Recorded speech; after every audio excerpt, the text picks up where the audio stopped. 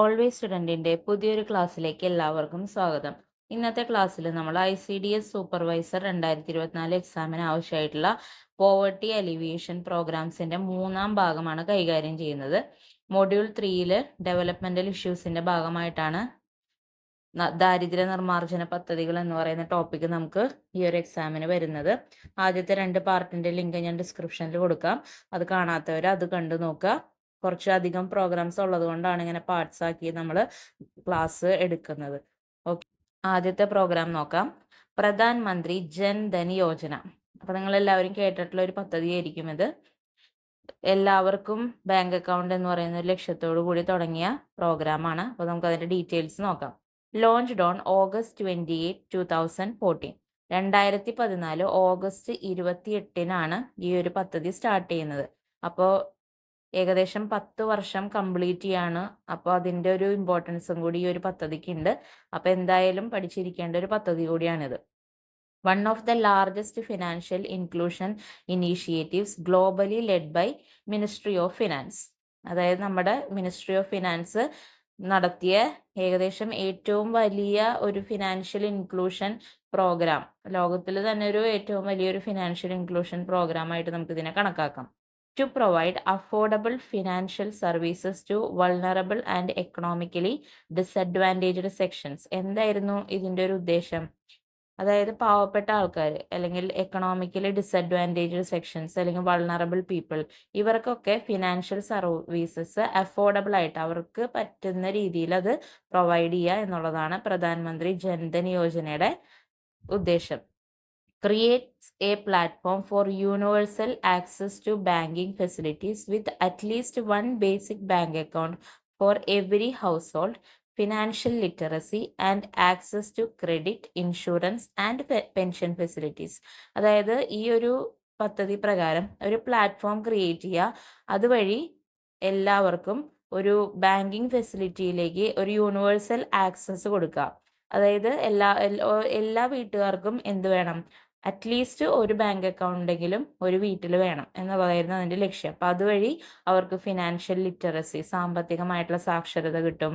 അവർക്ക് അതായത് വായ്പകൾ സ്വീകരിക്കാം, ഇൻഷുറൻസ് എടുക്കാം, പെൻഷൻ ഫെസിലിറ്റീസ് ആ അക്കൗണ്ട് ത്രൂ നടത്താൻ പറ്റും. അപ്പൊ ഇതൊക്കെ കൈവരിക്കുക എന്നുള്ളതാണ് ഈ ഒരു പ്രധാനമന്ത്രി ജൻധൻ യോജന ക്രിയേറ്റ് ചെയ്യുന്ന പ്ലാറ്റ്ഫോമിന്റെ ലക്ഷ്യം.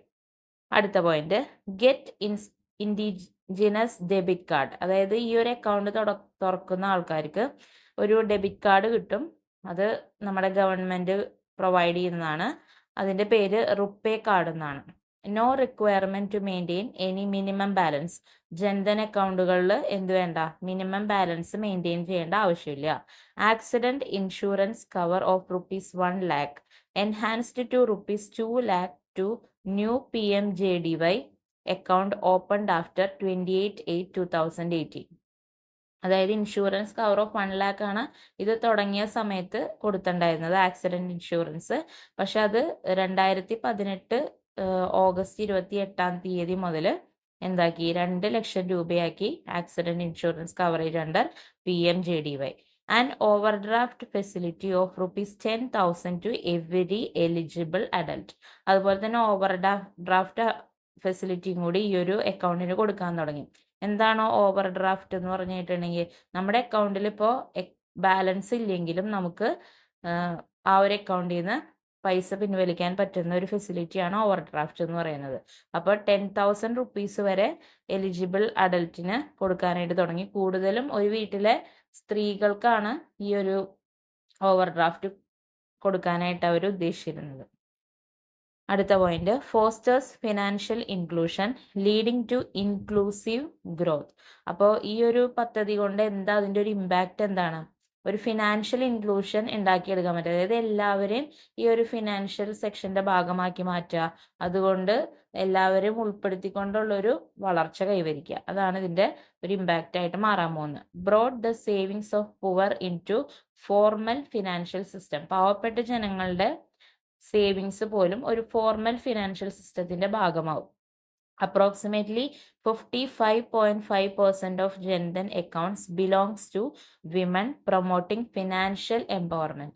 ഇപ്പൊ തുടങ്ങിയതിൽ വെച്ച് ഉള്ള ജൻധൻ അക്കൗണ്ടുകളിൽ 55.5% അക്കൗണ്ടുകളിലും സ്ത്രീകളാണ് തുടങ്ങിയിരിക്കുന്നത്.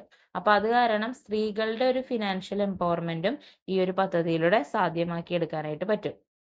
അടുത്ത point, more than 50 crore people have been included in the formal banking system through Jan Dhan account.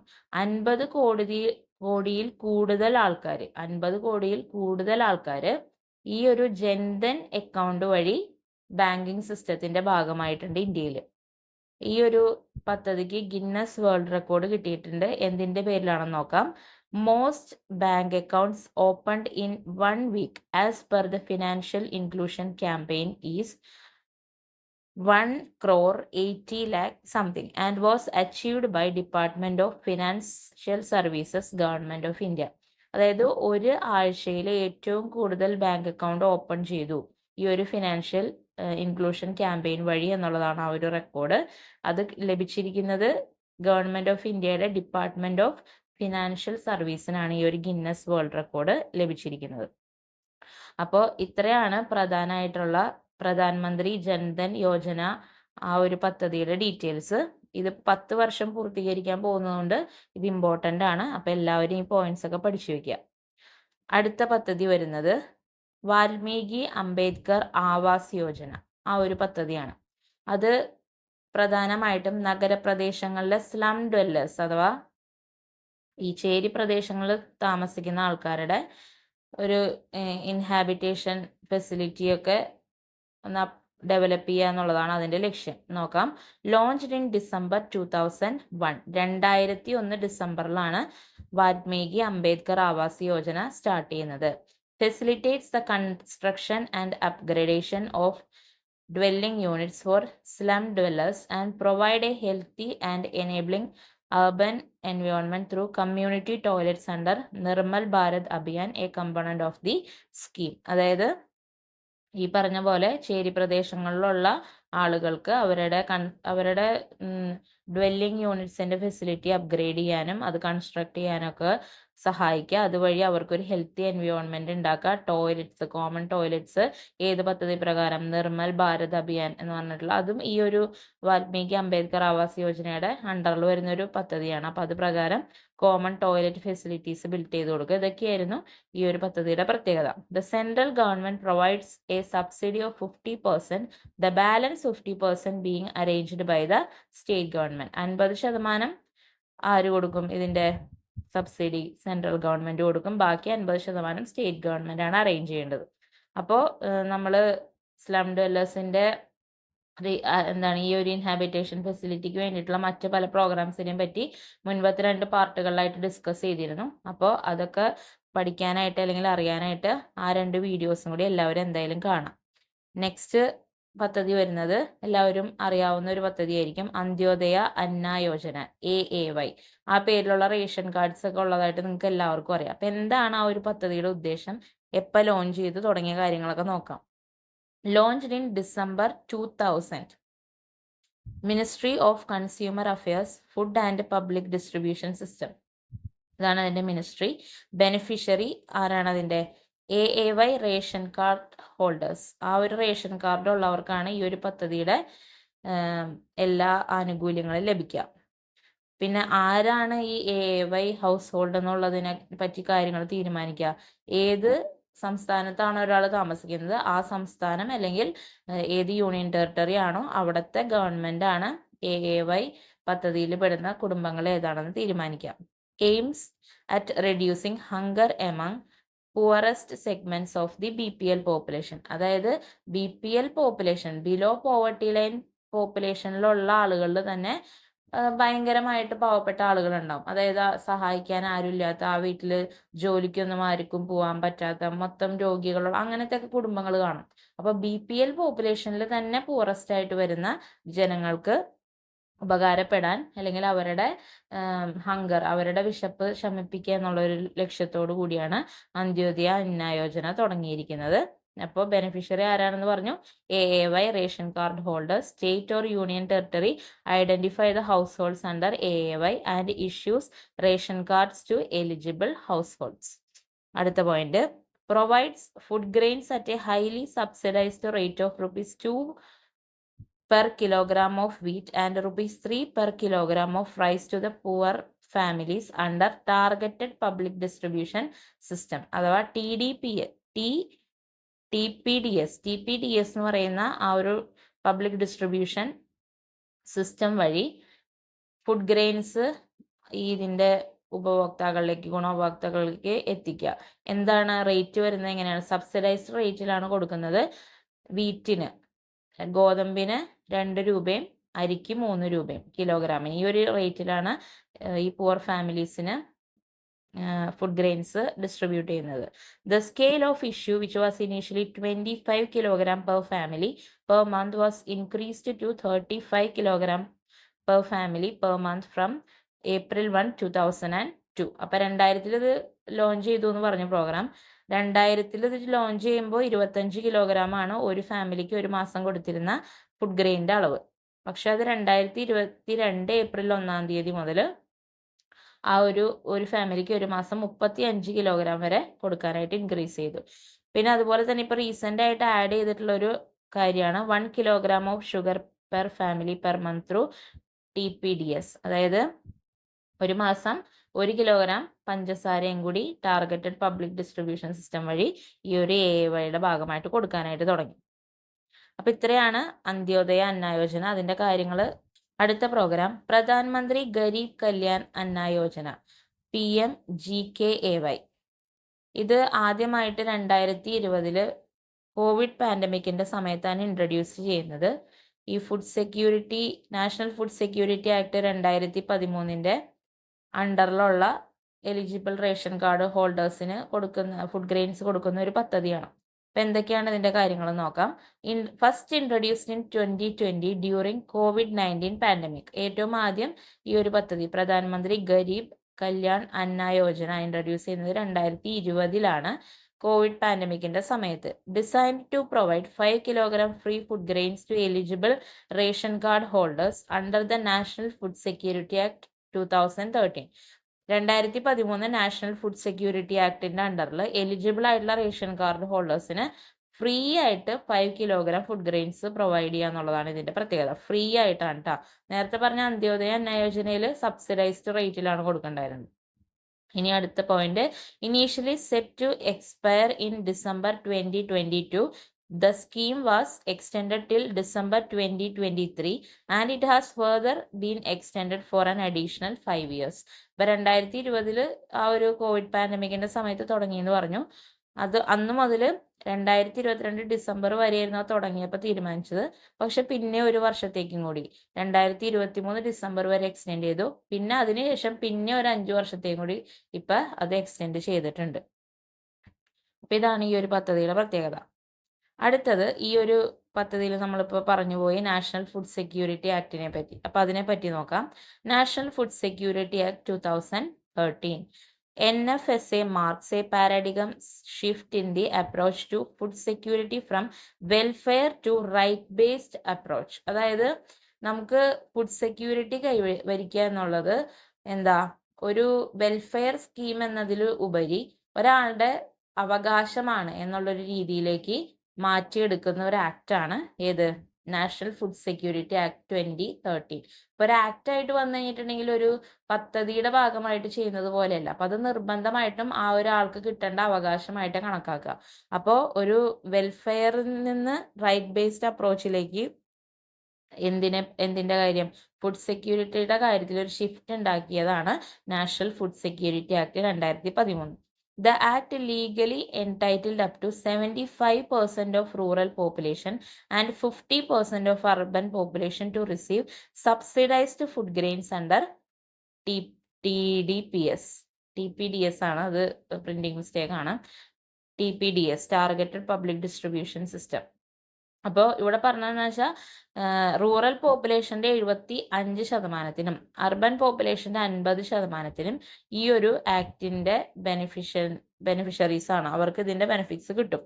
അപ്പൊ സബ്സിഡൈസ്ഡ് റേറ്റിൽ food grains targeted public distribution system വഴി അവർക്ക് റിസീവ് ആവും.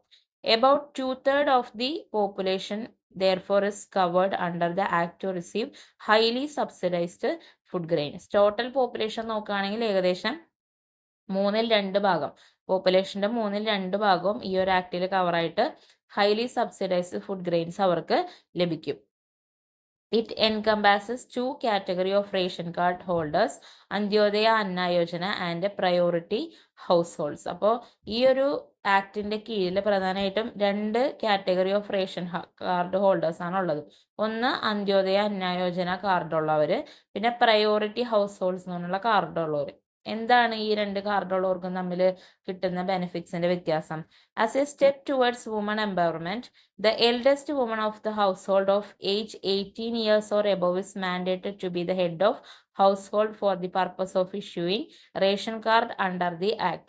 ഈ ഒരു കുടുംബത്തിലെ 18 വയസ്സിന് മുകളിലുള്ള ഏറ്റവും മുതിർന്ന സ്ത്രീയുടെ പേരിൽ റേഷൻ കാർഡ് പുതുക്കുക എന്നുള്ള ഒരു കാര്യം വന്നത് ഈ ഒരു ആക്ടിന്റെ കീഴിലാണ്. അപ്പൊ ഈ ആക്ട് വന്നതിന് ശേഷമാണ് ആ ഒരു രീതിയിലേക്ക് നമ്മുടെ റേഷൻ കാർഡ് ഹോൾഡറിന്റെ പേരിൽ മാറ്റം വന്നത്.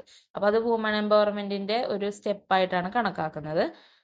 അപ്പൊ നമ്മൾ നേരത്തെ പറഞ്ഞ പോലെ 2 കാർഡ് ഹോൾഡേഴ്സ് ഉണ്ട്, അവർക്ക് തമ്മിൽ കിട്ടുന്ന ബെനിഫിറ്റിന്റെ വ്യത്യാസം എന്താണെന്ന് നോക്കാം. AAY households are entitled to receive 35 kgs of food grain every month regardless of the number of family members.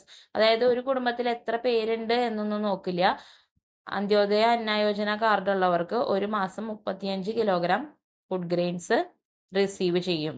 അതാണ് AAY കാർഡ് ഹോൾഡേഴ്സിന്റെ പ്രത്യേകത.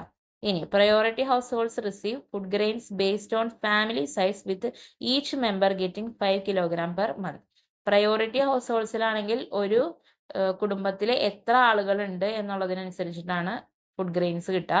ഒരാൾക്ക് 5 കിലോഗ്രാം എന്നുള്ള രീതിയിൽ ഒരു മാസം ആ ഒരു ഫാമിലി സൈസ് അനുസരിച്ച് ഫുഡ് ഗ്രെയിൻസ് കൊടുക്കും എന്നുള്ളതാണ് പ്രയോറിറ്റി ഹൗസ് ഹോൾഡ് കാർഡ് ഹോൾഡേഴ്സിന് കിട്ടുന്ന benefit.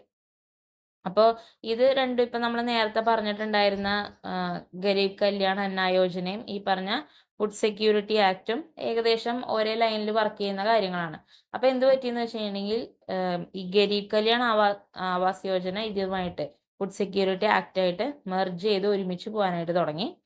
In January 2023, PMGKAY was integrated with NFSA, resulting in the provision of all rations of AAY and PHH families at no cost. എന്താ ചെയ്യാൻ തുടങ്ങിയത്?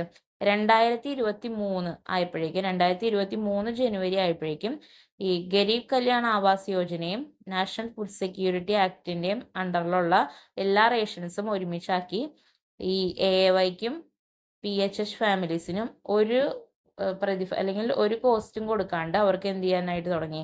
എല്ലാ റേഷൻസും provide ചെയ്യാനായിട്ട് തുടങ്ങി. അപ്പോൾ ഒരു നോ കോസ്റ്റിൽ അവർക്ക് എല്ലാ റേഷൻസും ഈ 2 കാർഡ് ഹോൾഡേഴ്സിനും ഒരു കോസ്റ്റും ഇല്ലാണ്ട് ഈ പറയുന്ന റേഷൻ പ്രൊവൈഡ് ചെയ്യാൻ തുടങ്ങി എന്നുള്ളതാണ് 2023 ജനുവരിയിൽ വന്ന മാറ്റം.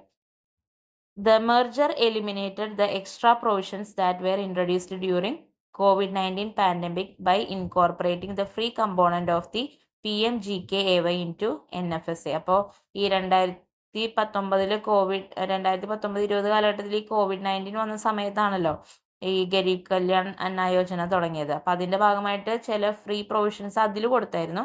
അപ്പൊ അത് ഇപ്പൊ നാഷണൽ ഫുഡ് സെക്യൂരിറ്റി ആക്ടുമായിട്ട് മെർജ് ചെയ്തപ്പോൾ അതിൽ കൊണ്ടുവന്നിട്ടുള്ള ആ ഒരു ഫ്രീ പ്രൊവിഷൻസ് ഒക്കെ അവർ അതിൽ നിന്ന് എലിമിനേറ്റ് ചെയ്തു.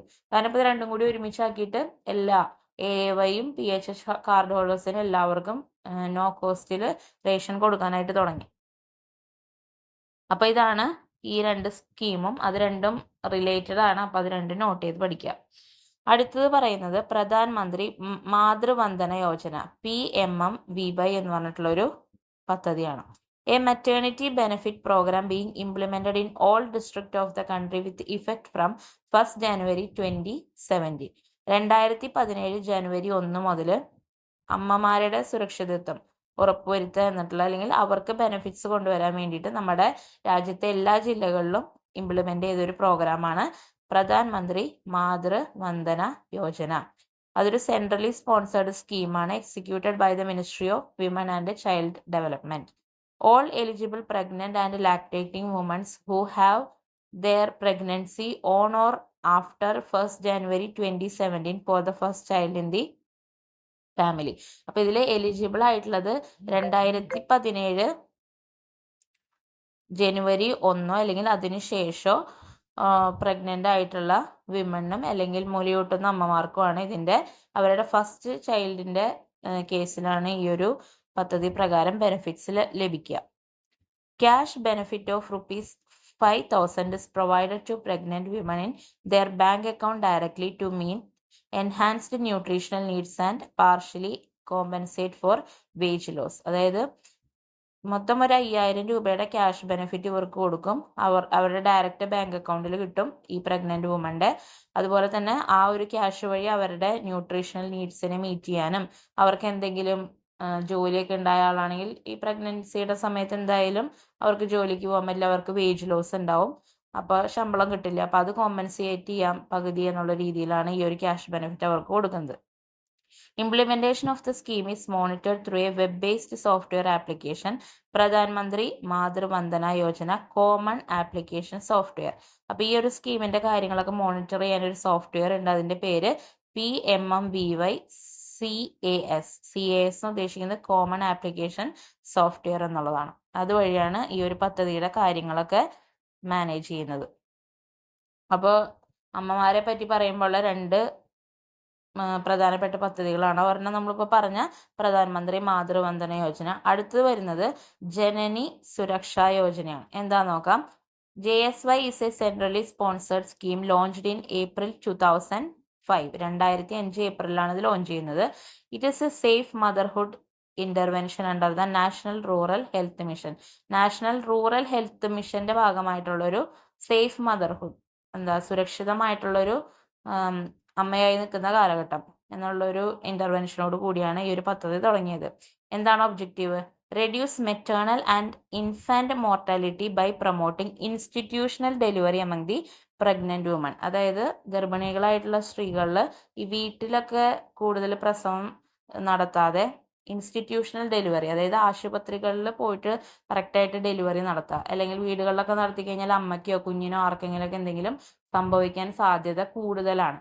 അപ്പോൾ ഇൻഫന്റ് മോർട്ടാലിറ്റിയും അതുപോലെ മെറ്റേണൽ മോർട്ടാലിറ്റി ഒക്കെ കൂടും.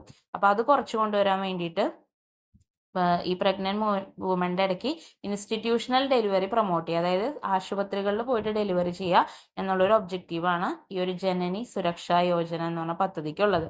The scheme focuses on poor pregnant women with special dispensation for states that have low institutional delivery rates. അതായത് ഇന്ത്യയിലെ കുറെ സംസ്ഥാനങ്ങളിൽ, അതായത് ഇപ്പൊ ജാർഖണ്ഡ്, ബീഹാർ, ഛത്തീസ്ഗഡ്, ഉത്തർപ്രദേശ്, ഉത്തരാഖണ്ഡ്, ആസാം, അങ്ങനെയുള്ള കുറെ സംസ്ഥാനങ്ങളുണ്ട്. അവിടെയൊക്കെ ഈ ഇൻസ്റ്റിറ്റ്യൂഷണൽ ഡെലിവറി, ആശുപത്രികളിൽ പോയുള്ള പ്രസവം വളരെ കുറവാണ്, കൂടുതലും വീടുകളിലാണ്. അപ്പൊ അങ്ങനെയുള്ള സ്റ്റേറ്റുകളിലാണ് കൂടുതൽ ഫോക്കസ് കൊടുക്കുന്നത്. അവിടെയുള്ള ഈ പാവപ്പെട്ട ഗർഭിണികളായിട്ടുള്ള സ്ത്രീകളിൽ ഈ ഇൻസ്റ്റിറ്റ്യൂഷണൽ ഡെലിവറി ഫോക്കസ് ചെയ്തിട്ടാണ് ഈ ഒരു സ്കീം മെയിൻ ആയിട്ട് തുടങ്ങിയത്. Eligible women are entitled to cash assistance irrespective of the age of the mother and number of children for giving birth in a government or accredited private health facility. അപ്പോൾ ഈ ഒരു പദ്ധതി പ്രകാരം ഇവർക്ക് cash assistance കൊടുക്കും, പൈസ കൊടുക്കും. അവർക്ക് ഇപ്പോൾ എത്രാമത്തെ കുട്ടിയാണെന്നോ അല്ലെങ്കിൽ അമ്മയ്ക്ക് എത്ര വയസ്സായെന്നോ ഇതൊന്നും നോക്കാതെ എലിജിബിൾ ആയിട്ടുള്ള പ്രഗ്നന്റ് വിമണിന് ഈ ക്യാഷ് ഫെസിലിറ്റി അവർ കൊടുക്കും.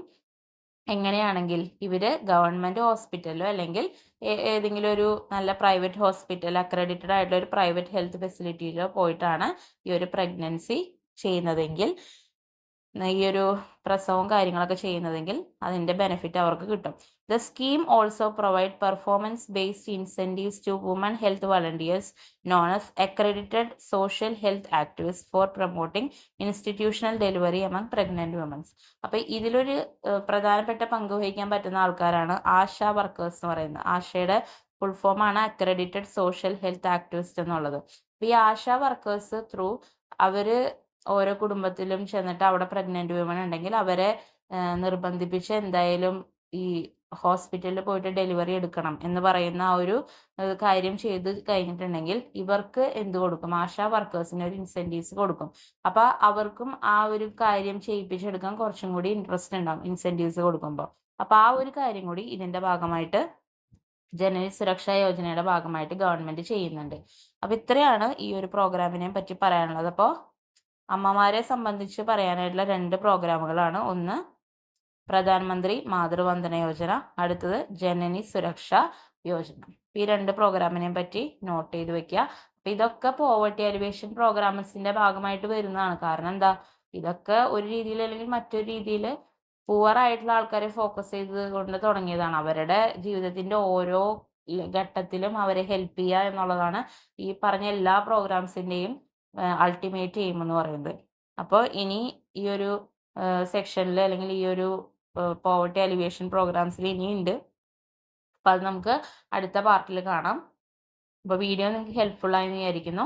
അപ്പോൾ ഹെൽപ്ഫുൾ ആയെങ്കിൽ നമ്മുടെ ചാനൽ ഒന്ന് സബ്സ്ക്രൈബ് ചെയ്ത് സപ്പോർട്ട് ചെയ്യുക. അടുത്ത വീഡിയോ ആയിട്ട് കാണുന്നവരെ എല്ലാവർക്കും താങ്ക്സ് ഫോർ വാച്ചിങ്.